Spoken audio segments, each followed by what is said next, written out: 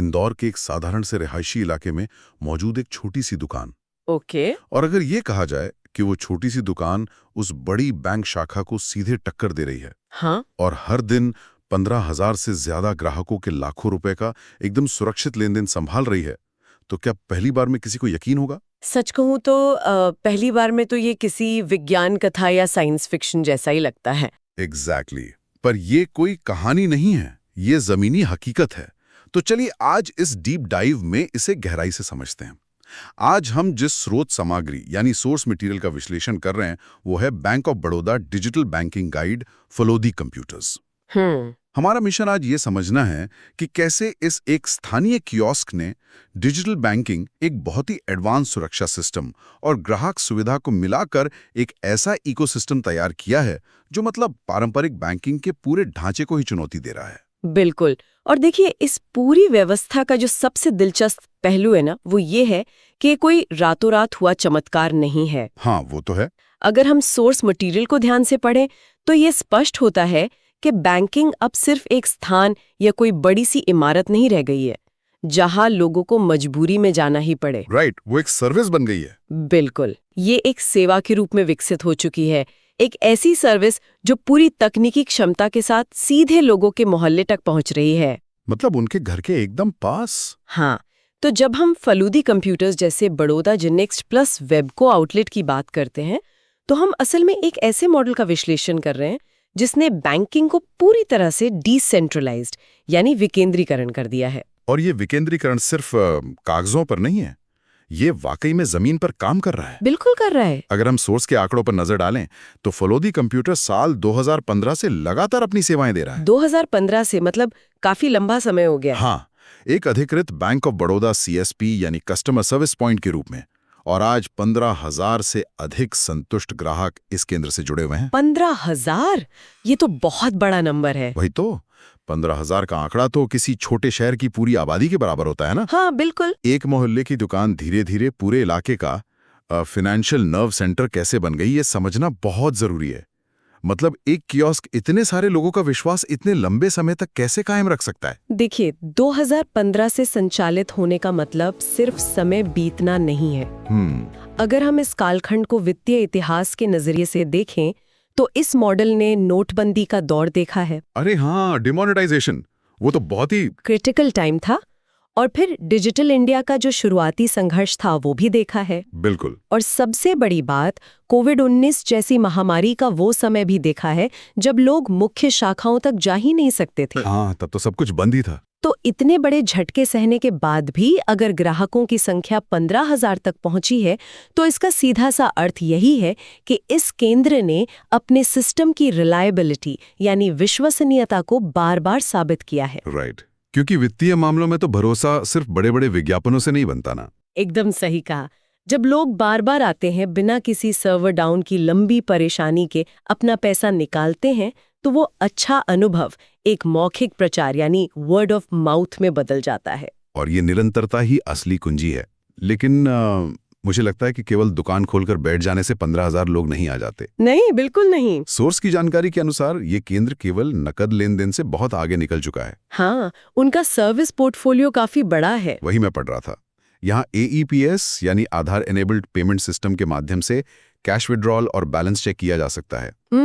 Cash deposit, money transfer, नया account खोलना, KYC update करना, पासबुक प्रिंटिंग और यहाँ तक कि फिक्स डिपॉजिट यानी FD और RD जैसी योजनाएं भी उपलब्ध हैं। जी हाँ। इसके साथ ही सरकारी योजनाएं भी हैं, जैसे प्रधानमंत्री सुरक्षा बीमा योजना, जीवन ज्योति बीमा योजना और अटल पेंशन योजना।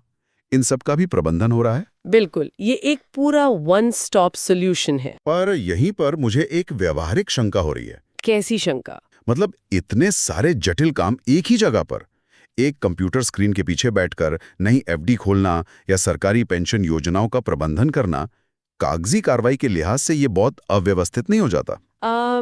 ये शंका इसलिए उत्पन्न होती है क्योंकि हम अभी भी पारंपरिक बैंकिंग की उस जटिल कागजी कार्रवाई के आदी हैं। हाँ, वो फॉर्म भरना और लाइनों में लगना। बिल्कुल। लेकिन Baroda Genex plus Webco outlet का जो तकनीकी ढांचा है वो इसे पूरी तरह से बदल देता है। कैसे? ये मॉडल सीधे बैंक के कोर बैंकिंग सॉल्यूशन यानी CBS से जुड़ा होता है। तो जब कोई ग्राहक यहाँ आकर अकाउंट खोलता है या एफडी बनाता है तो वो किसी थर्ड पार्टी ऐप का इस्तेमाल नहीं कर रहा होता। अच्छा, हाँ, वो सीधे बैंक ऑफ बड़ौदा के मुख्य सर्वर से बात कर रहा होता है। मतलब बीच में कोई और लेयर नहीं है। कोई लेयर नहीं। और सुनने वालों ने एईपीएस का नाम तो सुना ही होगा, लेकिन इसके पीछे की तकनीक वाकई कमाल की है। ये काम कैसे करता है एग्जैक्टली? ये केवल एक अंगूठा लगाने वाली मशीन नहीं है। ये एक ऐसा इकोसिस्टम है जहां बायोमेट्रिक डेटा सीधा नेशनल पेमेंट्स कॉर्पोरेशन यानी एनपीसीआई के सर्वर पे जाता है। ओके।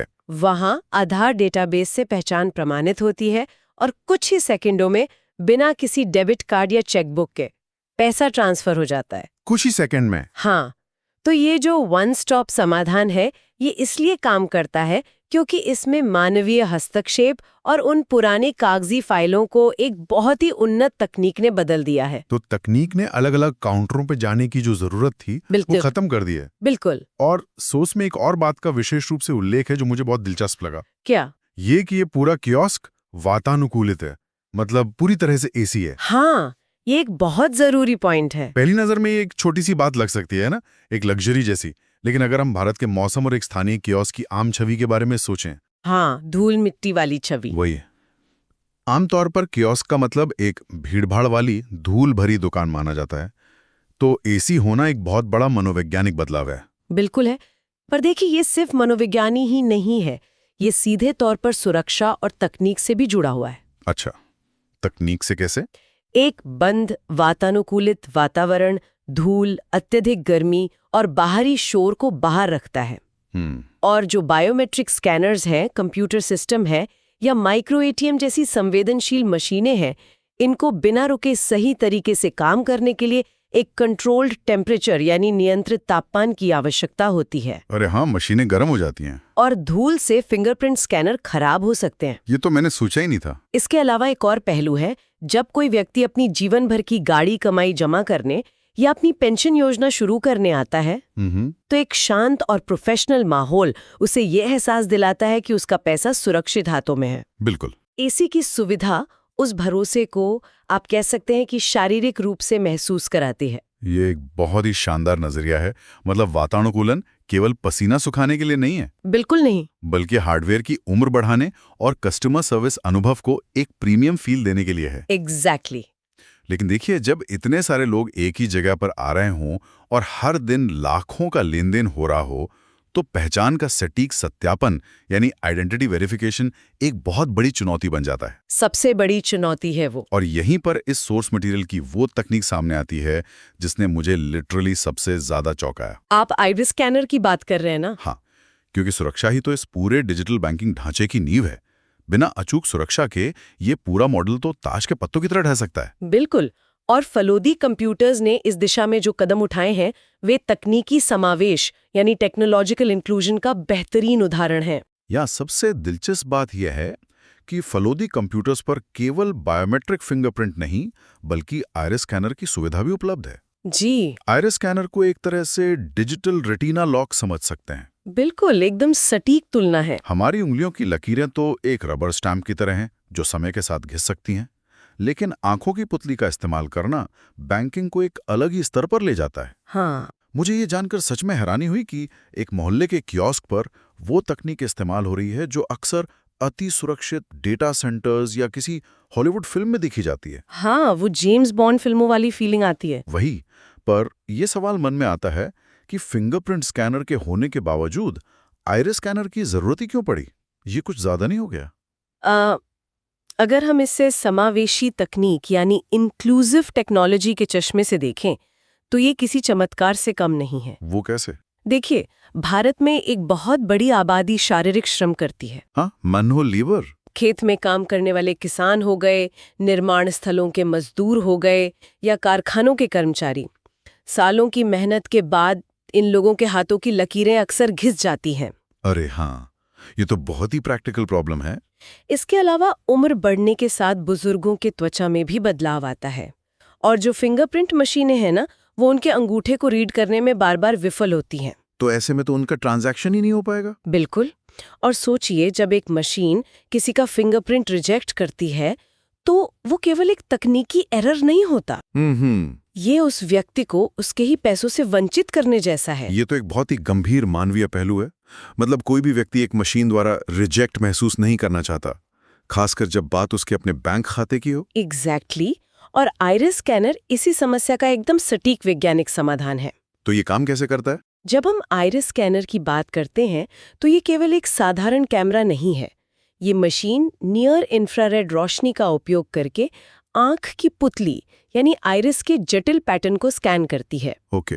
इस पैटर्न में सैकड़ों विशिष्ट बिंदु होते हैं जो एक बेहद सुरक्षित बारकोड की तरह काम करते हैं।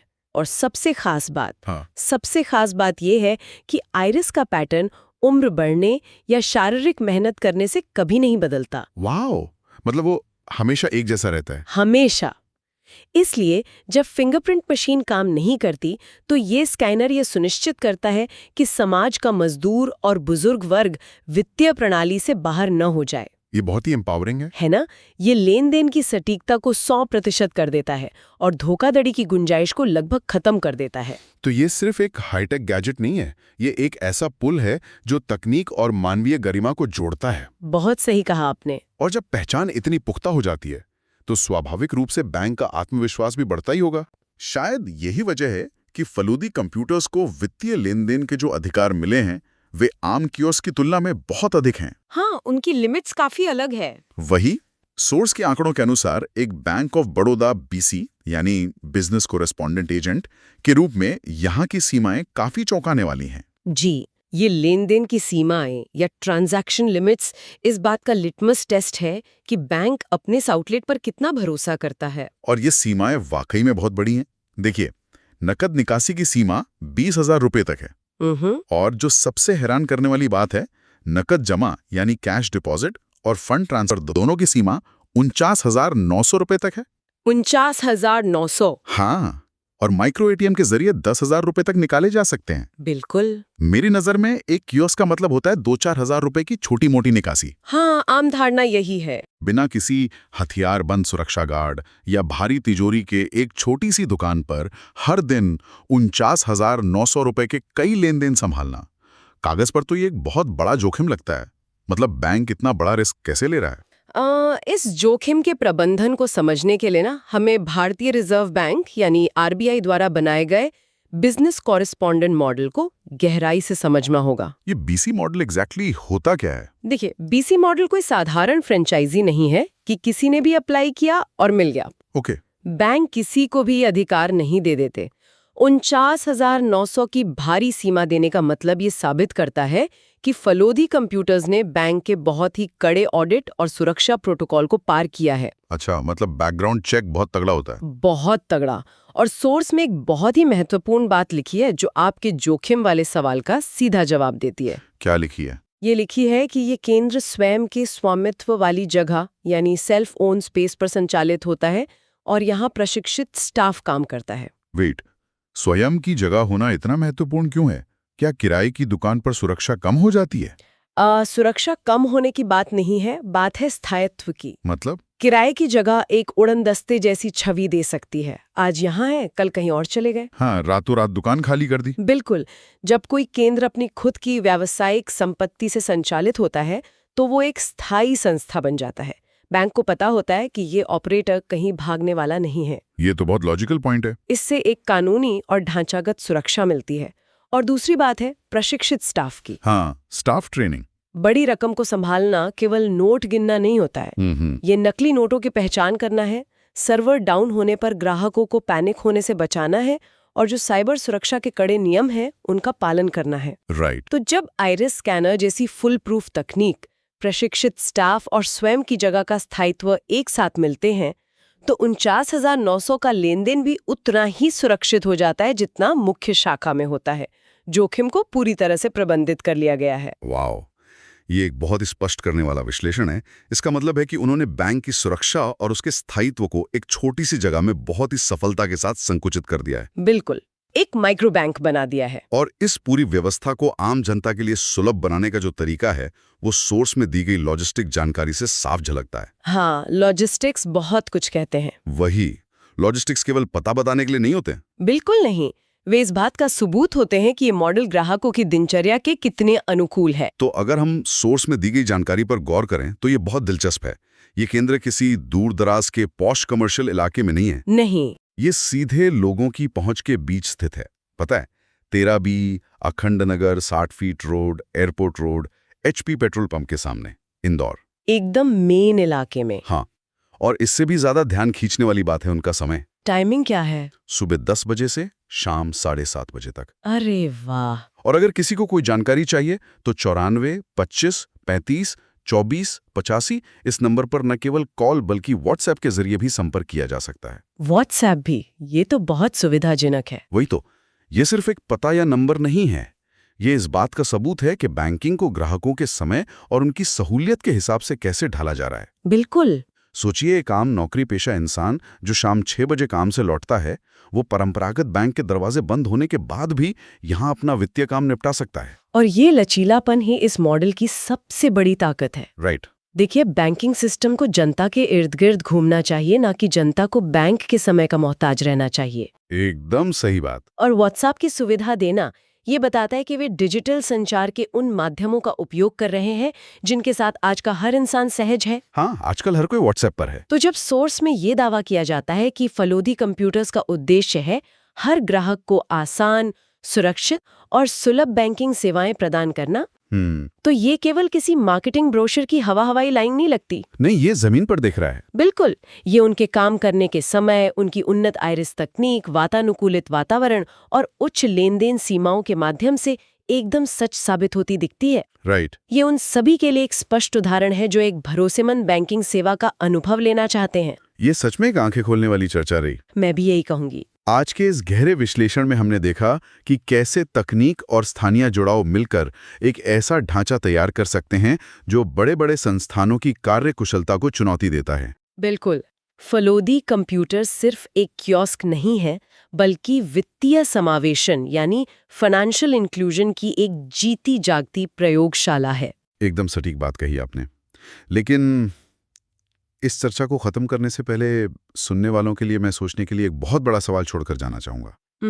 हमने शुरुआत में उस पारंपरिक बैंक की बात की थी ना, वो बड़ी इमारत, वो भारी सुरक्षा। हाँ, बिल्कुल की थी। तो जब एक स्थानीय स्वतंत्र रूप से चलने वाली दुकान आइरिस स्कैनर जैसी अत्याधुनिक तकनीक और भारी भरकम लेनदेन सीमाओं के साथ लोगों की सभी जरूरतें पूरी कर सकती है, हाँ, तो क्या भविष्य में बैंक जाने का वो पारंपरिक अर्थ पूरी तरह से बदल जाएगा?